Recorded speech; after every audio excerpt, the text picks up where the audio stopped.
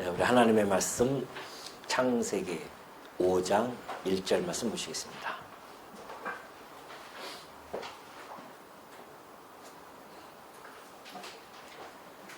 창세기 5장 1절입니다.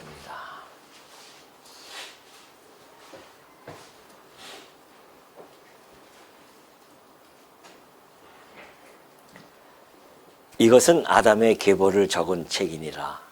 하나님이 사람을 창조하실 때에 하나님의 모양대로 지으시되 남자와 여자를 창조하셨고 그들이 창조되던 날에 하나님이 그들에게 복을 주시고 그들의 이름을 사람이라 일컬으셨더라. 아담은 130세에 자기의 모양 곧 자기의 형상과 같은 아들을 낳아 이름을 셋이라 하였고 아담은 셋을 낳은 후 800년을 지내며 자녀들을 낳았으며 그는 930세를 살고 죽었더라. 우선 5절까지 봉독해 드렸습니다.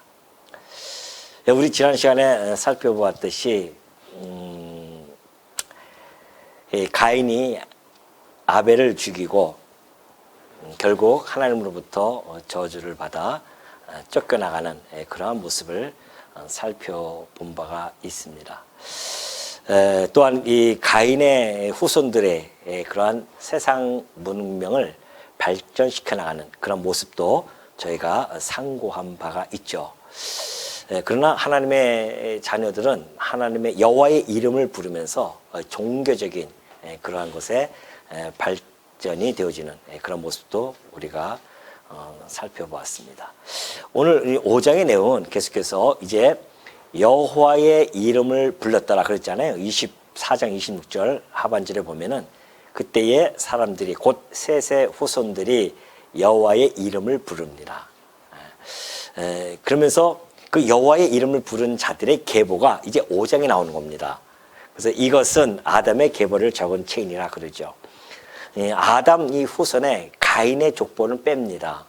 지난 시간에 우리가 4장 16절부터 가인의 후손들이 나오지만은 그러나 그들은 결코 아담의 정통적인 그러한 계보에 들어가지 못해요. 아까도 오전에도 말씀드렸듯이 그것은 전적으로 그리스도 안에서 택함을 받은 자들의 계보로서 지금 하나님께서 적고 있기 때문에 이 가인 하나님께서 유괴하시는 그러한 자들은 이 족보에 들어갈 수가 없습니다. 특별히 이 아담의 이 계보는요.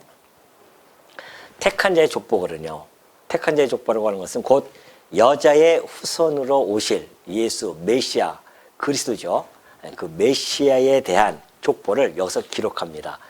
이것은 훗날 누가복음에 가면은 이제 족보가 쭉 나오지 않습니까? 마태복음도 족보가 있지만 누가복음의 족보는 예수님부터 시작해서 저 아담 하나님까지 올라가는 족보가 있습니다. 그 족보에 이 아담의 계보 5장은 매우 요긴하게 사용이 되어지죠. 인용이 되어집니다. 그래서 하나님께서는 예수 그리스도가 이 하나님의 아들이시죠. 그분이 하늘에서 뚝 떨어지신 분이 아니라 이러한 하나님의 언약 자손에 의한 그 계통으로 오셨음을 역사적으로 증명하기 위해서 이런 계보를 아주 중요하게 적습니다. 그래서 성경 곳곳에는 계보, 족보를 아주 중요시 여기죠. 그런데 이스라엘 사람들은 그 족보 자체에 빠져 있어요. 그래서 우리는 무슨 지파다, 너는 무슨 지파다 하면서 자기 그 지파에 대한 족보에 대한 것을 아주 중요시 여기지 않습니까?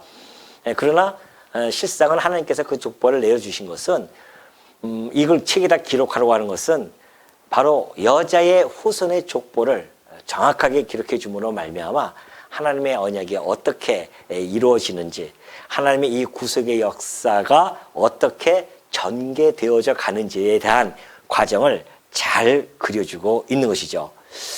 그래서 아담은 이제 그 계보를 아담의 계보를 이제 적는 겁니다. 그러면서 하나님이 사람을 창조하실 때에 하나님의 모양대로 지으시죠. 처음 아담을 지을 때는 하나님의 형상으로 지었습니다. 하나님의 형상은 곧 그의 거룩함, 그의 의 그런 것들이죠. 의와 거룩함, 진리 이런 것들로 아담을 아주 이렇게 형상을 해서 지어졌습니다. 근데 아담이 이제 타락을 하지 않습니까? 그래서 2절에 보면은 남자와 여자를 창조하셨고 그들이 창조되던 날에 하나님이 그들에게 복을 주셔요. 그리고 그들의 이름을 사람이라 일컫습니다. 사람이라고 하는 것은 붉은 흙이라는 뜻을 가지고 있습니다. 그렇기 때문에 우리가 이 호칭을 주신 것은 인간의 그러한 어떠한 뭐 주제 파악이라고 할까요? 또는 근본 이런 것들을 기억하게 하는 겁니다. 그러니까 우리가 저 사람, 이 사람 할 때에 그냥 막연하게 저 사람, 이 사람이 아니라 그 사람 속에는 우리가 흙에서 왔다가 흙으로 돌아가는 그러한 존재임을 상기시켜주는 단어예요, 사실은. 세상 사람들이 그걸 모르죠. 그냥 사람이라고 하는 걸 용어를 사용하지만은 그 사람 안에는 성경적인 그 해석에 의하면은 붉은 흙이다. 하나님이 그 흙을 통하여서 사람을 지었듯이 우리는 그 사람을 보면서 우리 또 이 사람을 보면서요. 우리의 이 존재가 흙에서 왔다 흙으로 돌아가는 그런 아주 유한적인 그리고 정말 사실은 아무 볼품없는 그러한 존재임을 아주 매일매일 상기시킬 수 있는 단어입니다. 그러니까 그 붉은 흙에다가 하나님의 기운이 들어가지 않습니까? 그러니까 그 붉은 흙이 중요한 것이 아니에요. 그 붉은 흙에 들어가는 하나님의 기운이 그것이 중요한 것이죠. 마치 질그릇에다가 보배를 담아주시는 것처럼 우리의 이 질그릇 아닙니까? 깨지시는 이 질그릇, 연약한 질그릇이에요. 여기다 우리에게 진리를 담아주시는 것처럼 하나님께서는 아담에게는 그 질그릇과 같은 그런 연약한 몸에 당신의 생명의 기운을 열어주어서 비로소 움직이며 기도하며 살아갈 수 있도록 그렇게 해주셨다는 겁니다. 그러니까 우리가 이 사람아 왜 그래? 그렇게 할 때요. 그 사람을 꼭 생각하면서 맞아. 우리는 흙의 존재일 뿐이 아니었구나. 이 우리의 근본을 다시 한번 생각하고 우리를 뒤돌아보는 이런 것들은 매우 아주 중요한 단어 중에 하나였었습니다. 그래서 하나님이 그들의 이름을 사람이라 이렇게 주신 거죠. 아담은 3절에 보면 아담은 130세에 자기의 모양 곧 자기의 형상과 같은 아들을 낳아서 이름을 셋이라 합니다. 자, 하나님이 아담에게는 하나님의 형상을 심어줬어요. 근데 아담이 타락을 합니다. 타락하고 나서는 이제 그가 하나님이 주신 그 형상을 잃어버립니다. 사실은. 그래서 죄 가운데 잉태가 되어져요. 이제 드디어 아담 후손은 죄 가운데서 잉태가 되어집니다. 죄라고 하는 것이 그거죠. 뭐 훔쳐서 죄가 아니라 벌써 하나님이 가지고 계시는 선악을 대치해 가지고서는 선악과를 먹었잖아요. 아담이 선악과를 먹음으로 말미암아 이 안에 선과 악을 아는 것이 내재되어지게 된 겁니다. 그러니까 선과 악을 안다고 하는 것은 내가 이제 주체가 되어진 거예요. 하나님의 주체에 의해서 선과 악을 따라서 살아가야 할 우리 인간들이 그런 존재해야 하는 인간들이 이제는 선악과를 먹고서는 자기가 주체가 되어서 자기가 선과 악을 판단하고 살아간단 말입니다. 이것이 죄라는 거예요. 이게 본질적인 죄입니다. 그러니까 아이들 태어날 때부터 처음에는 엄마 아빠가 좋아하는 것대로 살아갈 수밖에 없는데 이제 1살, 2살 되면은 그것도 아니에요. 이제 자기 안에 있는 선악이 서서히 그 본성이 드러나기 시작합니다. 그래서 뭐 해주면은 싫다고 막 그러잖아요. 싫다고. 그러니까 그러한 것들이 자기 선악을 가지고 태어나기 때문에 바로 아담 이후에 태어나는 자들은 하나님의 선악이 아니라 바로 인간이 주체가 되어진 선악을 가슴에 팍 받고 나오는 겁니다. 그래서 얼마나 못됐습니까, 우리 인간들이. 하나님이 원하는 대로 살아가지 않아요. 자기의 좋은 소견대로만 살아가려고 합니다. 자기의 주관, 자기의 고집, 자기의 뜻을 세우면서 살아가죠. 누가요? 이 세상 모든 사람이 그렇게 살아갑니다. 그것이 하나님 편에서는 죄라는 겁니다. 그러니 아담은 이제 자기의 형상, 곧 죄인의 형상을 닮은 아들을 셋이라고 해서 이름을 낳았는데 그 이름을 셋이라고 그렇게 해주고 있죠. 자, 4절 보면은 아담은 셋을 낳은 후 800년을 지내며 그 자녀들을 낳았으며 그는 930세를 살고 죽었더라. 그렇게 했어요. 이제 여기서부터 5절부터 보면은 나머지 저기 32절까지 쭉 살펴보면요. 죽었더라. 죽었더라. 이런 단어가요. 8번이 나옵니다. 그래서 태어나요. 낳았고 죽었더라 그래요. 이 죽었다라고 하는 이 기록을 보면은 사실은 인간 이 역사 속에서 가장 비참한 단어 중에 하나가 바로 죽었다라입니다. 사실은. 그러니까 이때 벌써 인간의 가장 비참한 단어가 나타난 겁니다. 죽어요. 물론 가인이 아벨을 죽였죠. 그러나 모든 인간들이 자연적으로 태어나서 자연적으로 죽어가는 것은 이미 이제 기정사실화가 되어집니다. 하나님께서 너 이 선악과를 먹으면 정령 죽으리라 했던 그 엄중한 경고가 드디어 현실로 나타나기 시작한 겁니다. 그래서 계속 죽어요. 낳았는데 죽습니다.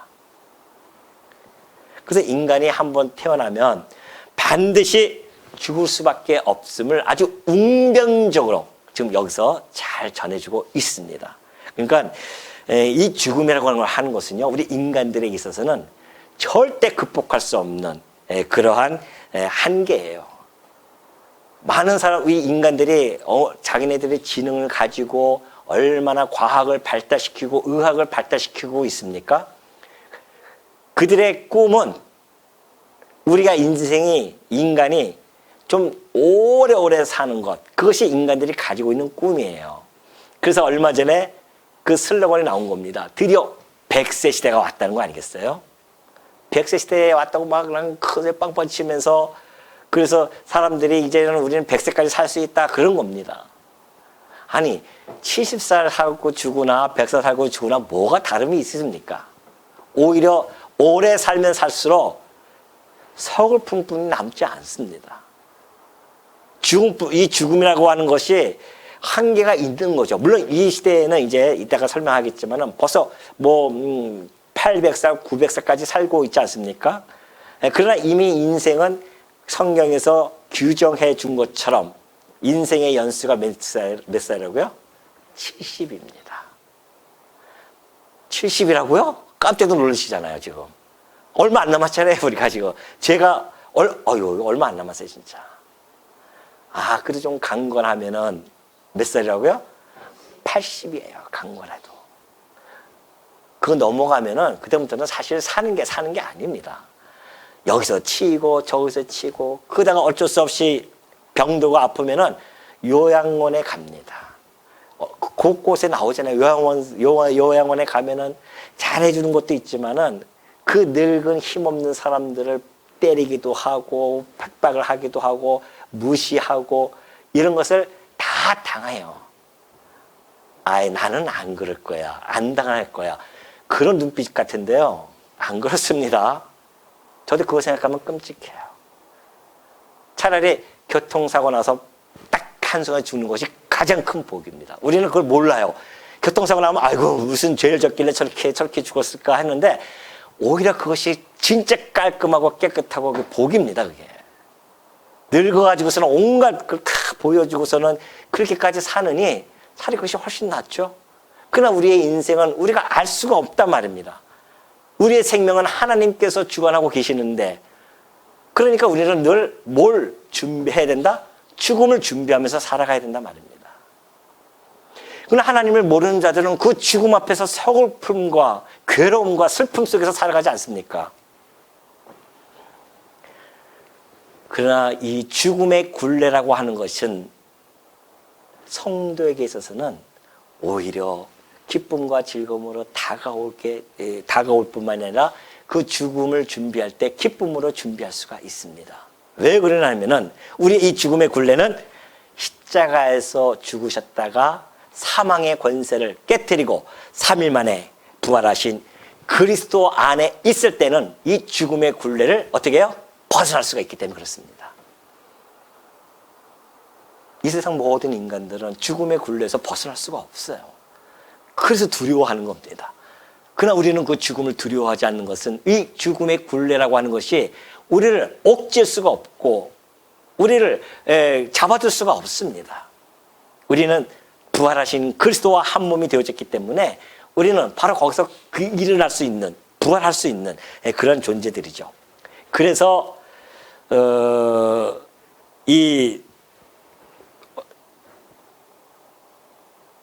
요게 창세기 6장 8절은 요건 이제 동행에서 나오는 거고요. 부활에 보면은 제가 이걸 안 적어놨네요. 여기 있네요. 죄송합니다. 요한복음 11장 25절에 보면 뭐라고 합니까? 예수께서 이르시되 나는 부활이요 생명이니 나를 믿는 자는 죽어도 살겠고 그러잖아요. 그리스도 안에 있는 자들은, 믿는 자들은요 죽어도 살아납니다. 죽음의 굴레에서 벗어난다는 얘기 아니겠어요? 또 살아서 나를 믿어요. 예수님이 오실 때까지 살아서 믿는 자들은 예수님이 오실 때 영원히 죽지 않냐고 호련히 변화가 되어집니다. 이것을 여러분이 믿습니까? 이걸 믿는 것이 성도예요. 안 믿는 사람들은 이것이 뭔 소리인지 모릅니다. 부활이 어딨습니까? 죽음은 그뿐이지. 천만의 말씀입니다. 그 죽음 가운데 괴로워 살다가 죽음은 그뿐이면 얼마나 좋겠습니까? 저도. 그뿐이 아니에요. 죽고 나면 반드시 심판이 기다리고 있다는 거 아니겠습니까? 그러니 오늘 이 성경에서 죽었다라고 하는 이 말씀 속에서 우리 인간들의 그 비참함, 현실을 우리는 목도할 뿐만 아니라 그럼에도 불구하고 우리에게는 죽음에서 살아나신 그리스도가 있기에 결코 이 단어가 우리에게는 슬픔과 고통의 단어로만 다가오지 않는다는 겁니다. 여기 보면 이제 연수가 나와요. 4절에 보면 800년을 지내며 자녀들을 낳는다, 아담이. 그리고 930살을 살고 죽습니다. 또 셋도 그렇고 에노스를 낳다가 105세에 낳죠. 또 에노스는 90세에 게난을 낳죠. 게난은 70세에 마할랄레를 낳습니다. 12절. 15절 보면 마할랄렛은 65세에 또 야렛을 낳고요. 쭉쭉 그렇습니다. 그래서 가인 후손, 그 옆에 보면은 사장에 보면은 가인 후손들은 연수가 없어요. 그죠? 에녹은 4장 18절 보면 에녹은 이라스를 낳고 이라스는 무할랄레를 낳고 이렇습니다. 연수가 없어요. 근데 아담의 계보, 곧 여호와의 이름을 부르는 자들의 계보는 하나님께서 일일이 그 연수를 다 기록합니다. 이것은 하나님께서 당신의 택한 자들의 삶에 얼마나 관심과 그리고 주목하고 계심을 여실히 보여주는 대목이 아닐 수 없어요. 물론 이 당시의 긴 수명, 이것들은 이제 그때 당시에 노아 홍수 전이기 때문에 자연 환경이 충분히 그러한 삶을 살아갈 수 있도록 해줬지만은 노아의 홍수가 일으키고 나서는 연수가 급격하게 줄어듦을 우리가 알 수 있고요. 급기야 하나님께서는 모세를 통하여 인간의 연수를 70 그리고 강건하면 80이라는 것을 규정해 줌으로 말미암아 인간의 연수가 이제 그것으로 이렇게 보편화가 되어지는 겁니다. 21절을 넘어갑니다. 21절 보면 그래요. 에녹은 65세, 이제 에녹이 나타나죠. 에녹은 65세에 무드셀라를 낳고 무드셀라를 낳은 후 300년을 하나님과 동행하며 자녀들을 낳았으며 그는 365세를 살았더라. 에녹이 하나님과 동행하더니 하나님이 그를 데려가심으로 세상에 있지 아니하더라. 여러분이 잘 아시는 에녹이 이제 나오죠. 우리 믿음의 선진 아니겠습니까? 그 에녹이 나오는데 그가 하나님과 동행하더라 그래요. 하나님과 동행하더니 하나님이 그를 데려가심으로 세상에 있지 아니함을 잘 밝혀주고 있습니다. 하나님과 동행을 한다고 하는 것은 하나님으로부터 은혜를 입었다는 이야기입니다. 우리가 아까 첫 번째 걸 한번 볼게요. 첫 번째 창세기 6장 8절입니다. 창세기 6장 8절 보면은 지금 이 에녹과 노아의 이 형편이 너무나 비슷하죠. 거의 똑같습니다. 자, 노아는 여호와께 은혜를 입었어요. 이것이 노아의 족본이라 하면서 노아는 의인이요 당대의 완전한 자라. 그는 어떻게 해요? 하나님과 동행했다고 했습니다. 자, 노아도 하나님과 동행하는 자이고요. 또 누가? 누구요? 에녹도 하나님과 동행하는 자였었습니다. 자, 동행하는 자의 결국, 동행하는 자의 결말은 어떨까요? 어떻게 되어 있을까요? 그 결국은 구원이라는 겁니다. 에녹도 하나님께 부름을 받아서 승천했어요. 구원을 받았다는 증거입니다. 노아도 물심판으로부터 구원을 받아요. 그러니까 하나님과 동행하는 자는 뭘 받는다? 구원에 이른다는 겁니다. 그런 걸 보면은 인간이 얼마를 살아내가 그렇게 중요하지 않습니다. 어떻게 살아느냐, 그것이 중요한 겁니다. 얼마 살면 뭐해요? 30살 살면 어떻고 60살 살면 어떻고 30살 살면서 뭔가 세상이 뭔가 좀 새롭고 대단한 것 같아도요, 살아보니까 어떻습니까? 어때요, 살아보니까? 힘들어요. 뭐, 앞으로 30년 더 살면 뭐 달라질 것이 있습니까? 인공지능 뭐 나타나니까 뭐 달라질 것 같아요? 로봇이 와서 뭐 다 해줄 것 같습니까? 오히려 그 로봇이 우리를 갖다가 인간을 해할 수 있는 그러한 지능을 지금 탑재하고 있다는 거 아니겠습니까? 지금 미래에 대해서 뭔지도 모르고 막 이렇게 해나가지만은 사실 두려움이 있는 거예요, 인간들이. 그걸 만들면서. 한번 뉴스에 보셨잖아요. 인공지능 로봇이 똑같이 하면서 아무거나 딱 쓰레기 같은 거 해놓고서는 사과 하나 딱 놔뒀어요. 하나는 못 먹을 것들입니다. 그런데 로봇 보고 이야기하는 거예요. 로봇 보고 먹을 거 하나만, 이 중에서 먹을 거 하나만 줄래? 했더니만 딱 사과를 집어서 사과를 딱 줍니다. 보더니만 딱 줘요. 그러면서 뭘 얘기하니까는 섬뜩한 이야기를 해요. 왜? 인공지능이 가지고 있는 그 로봇이 그 안에서 모든 것들이 다 조합해서 하기 때문에 오히려 이제는 인간보다 더 뛰어납니다. 우리는 한번 들은 거 다 기억하지 못하지만은 인공지능은 다 기억을 해요. 자기의 감정도 표현하기 시작합니다. 이거 사실 두려운 거거든요. 그들이 마음이 편해서 인간을, 터미네이터가 그려 나온 게 아니에요, 영화가. 앞으로 어떤 시대에 살지 모릅니다. 그러니 여러분들 마음 탁 내려놓고 사십시오. 뭘 그냥 악착같이 그냥 그렇게 살 필요 없어요. 이 세상은.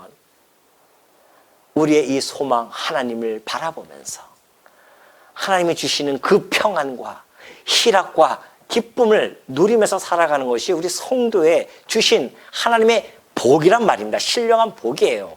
그 신령한 복을 놓치시고 날마다 그냥 두려움과 이 힘듦과 고난과, 고난은 아니죠. 뭔가 불안함과 이런 것으로 살 필요가 없어요, 사실은. 하나님이 우리에게 그걸 그렇게 살라고 우리에게 진리인 이 복음을 주시지 않았단 말입니다. 복음은 우리로 하여금 참 평안을 얻게 하십니다. 왜요?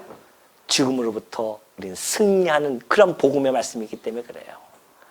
그래서 우리는 죽음을 두려워하지 않습니다. 내일 당장 죽어도 아쉬울 것이 하나도 없는 사람들입니다.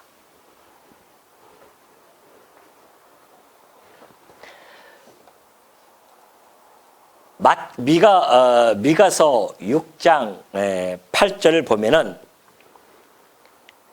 뭐라고 적혀 있습니까? 사람아, 주께서 선한 것이 무엇임을 내게 보이셨나니. 그래요. 이 붉은 흙덩어리들아, 그런 이야기예요. 하나님께서 선한 것이 무엇임을 보이셨어요. 그럼 선한 것이 뭡니까? 여호와께서 내게 구하는 것이 있다는 거 아닙니까? 우리에게 구하는 것이 있어야 하나님께서 뭘 구할까요? 오직 정의를 행하며 인자를 사랑하며 겸손하게 내 하나님과 함께 행하는 것이 아니라는 겁니다. 하나님께서 우리에게 구하는 것, 하나님이 주께서 선한 것임을 우리에게 알려줬습니다. 선한 것은 뭐예요? 우리가 하나님과 동행하는 삶. 이것이 하나님께서 우리에게 구하고 우리에게 원하는 것이라는 뜻입니다. 근데 문제는 두 사람이 뜻이 같지 않은데 어찌 동행하겠냐 말입니다. 아모스의 선지자를 통해서 하나님이 하신 말씀이에요. 이스라엘 백성들에게 너희의 뜻과 내 뜻이 다른데 어떻게 동행하겠냐 말이죠. 하나님께서 동행하고 싶어 해요. 근데 이스라엘 백성들의 뜻이 달라요. 하나님의 뜻과 배치가 되어진단 말입니다. 뜻이 같지 않은 사람들이 길을 가보십시오. 제대로 가겠습니까? 맨날 싸우고 부딪힐 수밖에 없습니다. 그러니까 우리가 이 역사 속에서도 보잖아요. 정당에서도 같은 정당에 있는 사람들끼리 뜻이 같지 않으면 결국은 탈당하고 헤어지고 그렇지 않습니까? 뜻이 같지 않으면 동행할 수가 없어요. 근데 놀랍게도 하나님이 이스라엘 백성들에게 하는 이 엄청난 이야기를 보십시오. 두 사람이 뜻이 같지 않은데 내가 어떻게 너희와 함께 동행할 수 있겠냐 말이죠.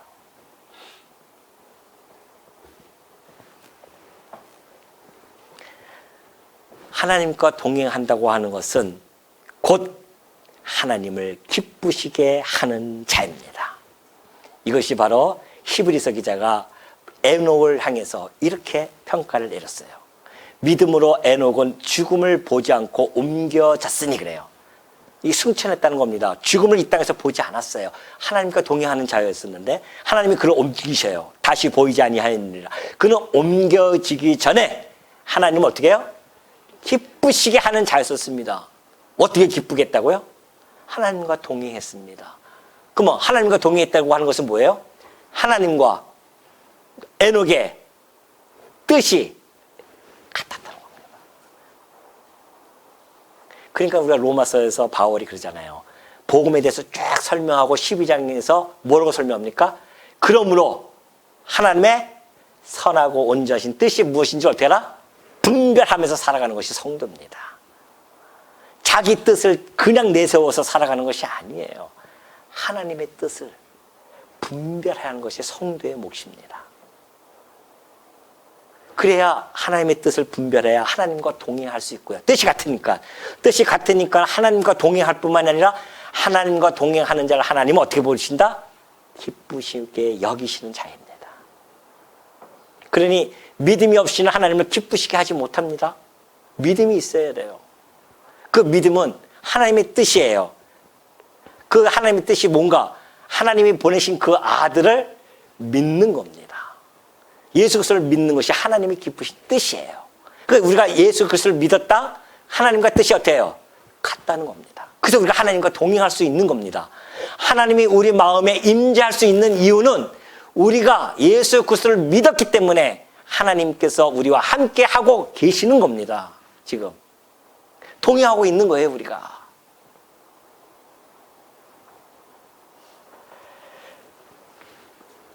그러니 하나님과 동행하는 자, 하나님을 기쁘시게 하는 자는 하나님과 화평을 누리게 되어지는 것이고요.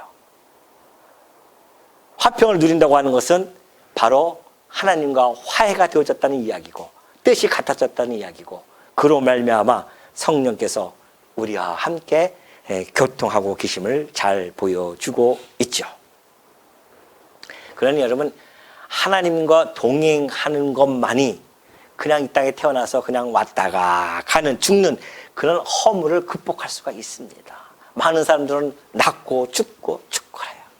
오죽하면은 그 여러분 잘 알고 있는 그 중광이라는 그 승은 죽을 때 자기 무덤에다가 비석에다가 뭐라고 적으라고 했냐면은 괜히 왔다 갔다 하고 적어라 그러잖아요. 괜히 왔다 갔다.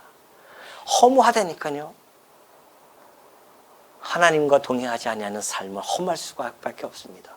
그저 왔다가 가는 그런 인생일 수밖에 없죠. 그러나 우리는 그 죽음의 허물을 하나님과 동행함으로 우리는 극복할 뿐만이 아니라 영원한 생명을 소유하게 되어진다는 거 아니겠습니까? 동행이라는 것은 그런 겁니다. 하나님의 뜻과 함께 해 나가는 것인데 자기를 위한 삶을 살아가는 게 아닙니다. 하나님께 동행하는 것은 자기의 뜻을 추구하고 자기의 삶을 위해서 살아가는 것이 아니고 뿐만이 아니라 세상을 향한 세상을 추구하는 그러한 삶이 결코 아닙니다. 하나님을 동행한다고 하면서 하나님의 뜻대로 뜻과 같아진다고 하면서 세상을 추구한다? 그건 하나님의 뜻하고 다릅니다.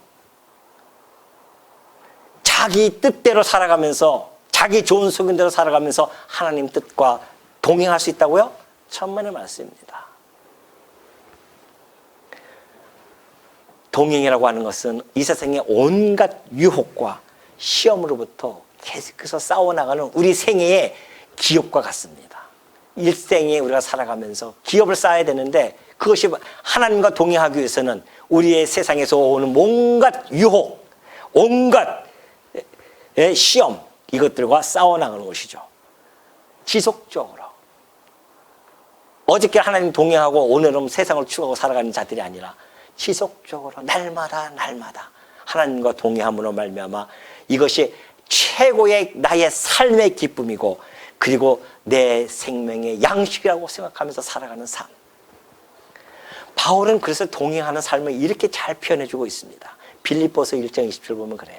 나의 간절한 기대와 소망을 따라 아무 일에든지 부끄러워하지 아니하고 지금도 전과 같이 온전히 담대하여 살든지 또 뭐예요?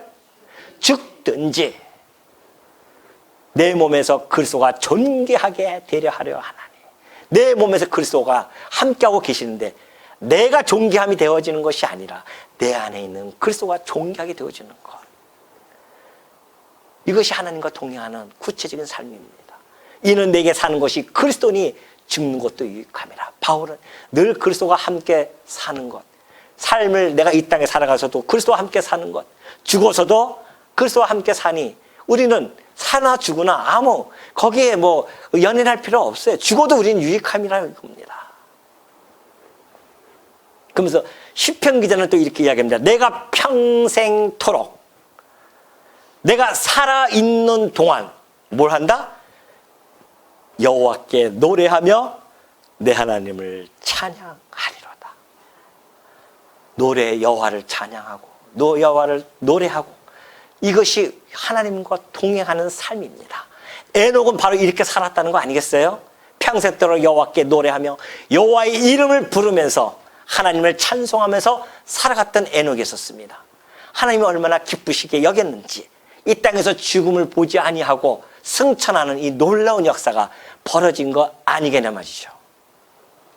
그의 승천은 오실 그리스도께서 승천하실 것에 대한 실상이며 증거로 나타난 겁니다. 왜냐하면 히브리서 기자가 얘기했듯이 믿음은 바라는 것들의 실상이요 보이지 않는 것들의 증거라고 했습니다. 믿음의 선진들이 이로써 증거를 얻었다고 했어요. 그 중에 바로 이 에녹을 증명해 가고 있습니다.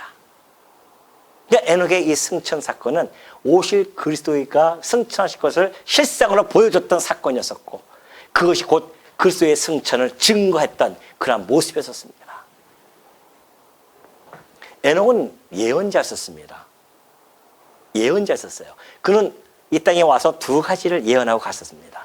한 가지는 홍수 심판에 대한 예언을 했습니다. 어떻게 하냐고요?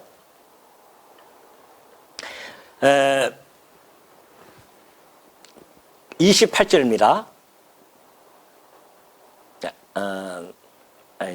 21절 보면 그렇죠. 에녹은 65세에 무드셀라를 낳습니다. 무드셀라라고 하는 이름의 뜻이 뭔지 아십니까? 보낸다는 뜻입니다.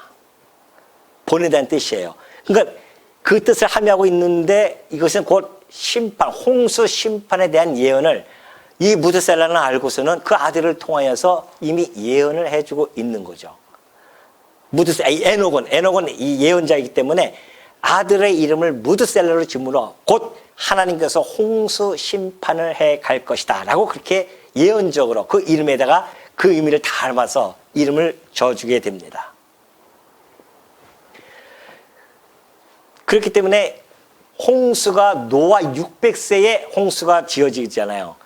바로 그 해에 홍수가 오기 전에 그 아들 무드셀라는 죽습니다. 무드셀라가 이 땅에서 가장 오래 산 사람이에요. 969세를 살았잖아요.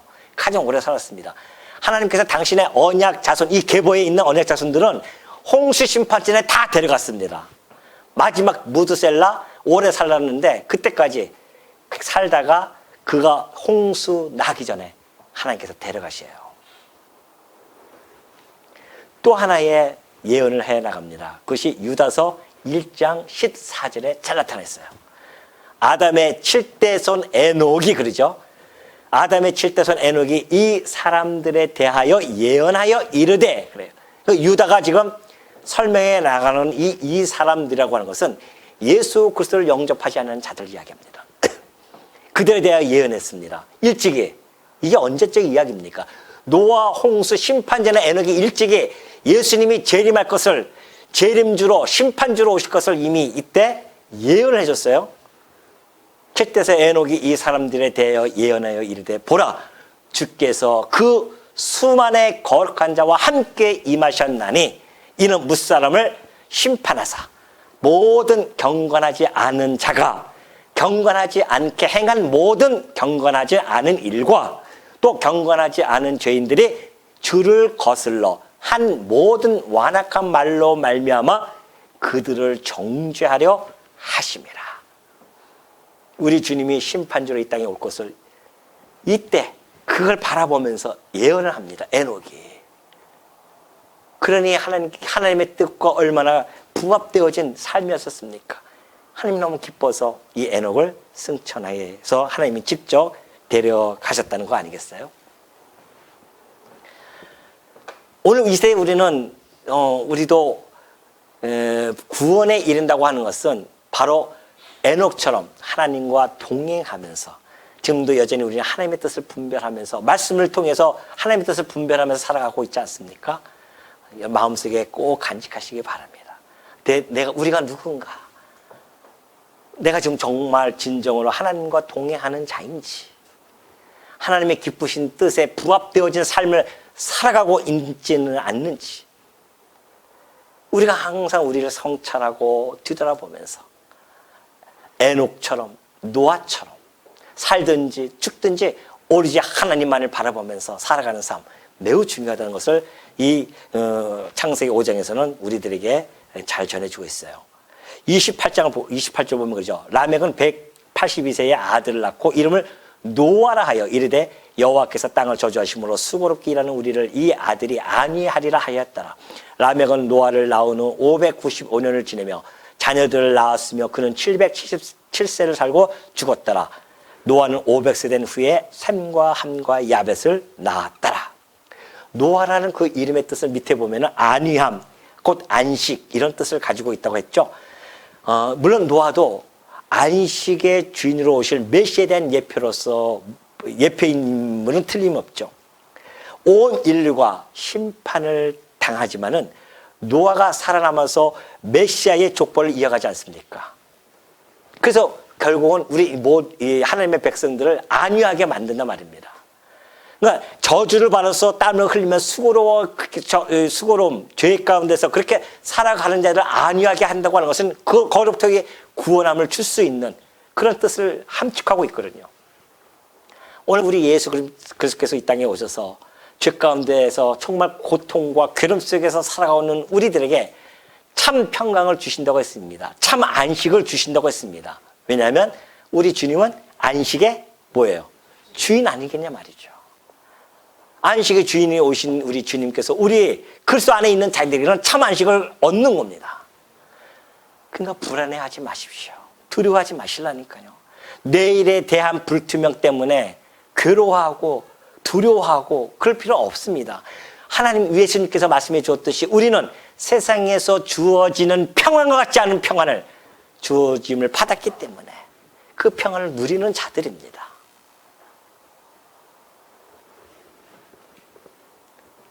장차 재림하여 오실 우리 이 그리스도야말로 세상 끝날 하나님께서 이 세상을 불러서 심판할 때 택한 우리들을 구원으로 이끄실 안위의 사람 아니겠냐 말이죠.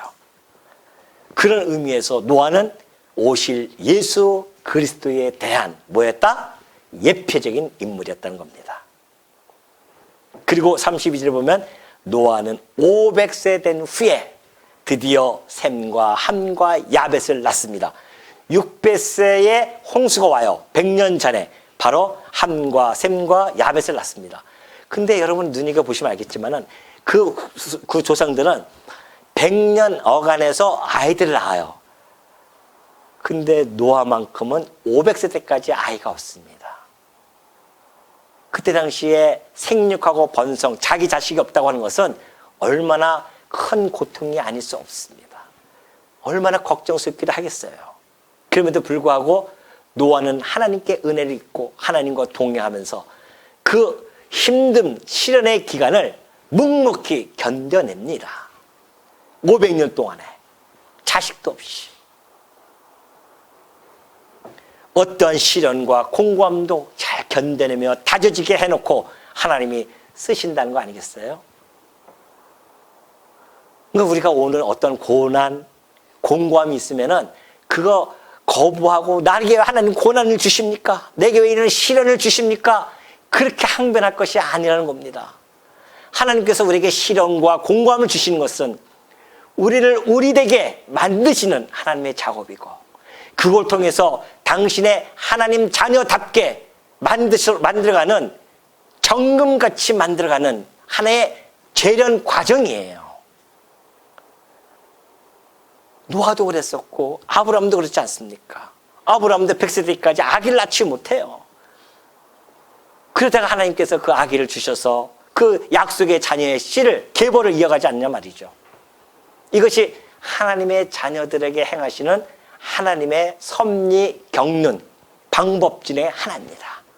그러니 혹시 여러분들이 이 땅에 살아가면서 너무너무 힘들고 외롭고 시련과 고통 속에 있다 할지라도 그것 때문에 낙심하고 낙담하지 말고 절망하지 말고요. 실망하지 마시고 바로 우리 하나님이 나를 나되게 하시려는 거였구나 라고 하는 것을 마음속에 깊이 간직하시고 하나님의 그 섭리의 경륜 안에 깊이 들어가셔서 오로지 하나님의 그 행하시는 일을 통해서 나타나시는 하나님의 영광을 찬송하면서 살아가는 주의 종들 되어주시기를 당부드립니다.